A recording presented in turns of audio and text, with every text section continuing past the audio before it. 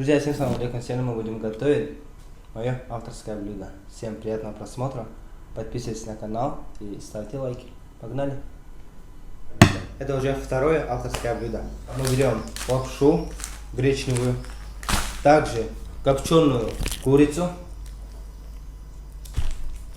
маринованные огурцы, маринованные шампиньоны, обычный дагестанский сыр, сливки 33%, соевый соус, также для украшения паприка и карри. Кстати, я забыл про чеснок.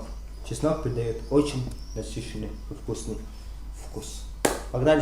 В кипяченую воду добавляем лапшу. Это нужно сделать первым делом. Друзья, наша лапша сварилась, мы ее промыли под холодной водой, чтобы остановить процесс варки. Сейчас продолжаем.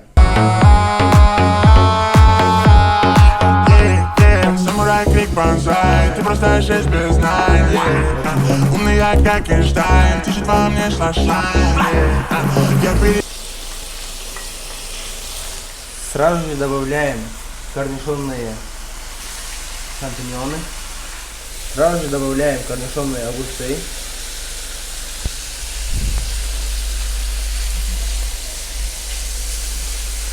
Добавляем нашу лапшу. Друзья, добавляем соль. Добавляем соевый соус.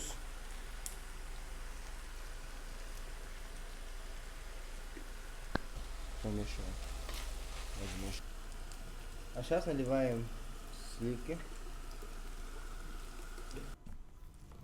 Друзья, мы сегодня приготовили эту красоту. Всем спасибо за просмотр. Подписывайтесь на канал и ставьте лайки. Всем приятного аппетита.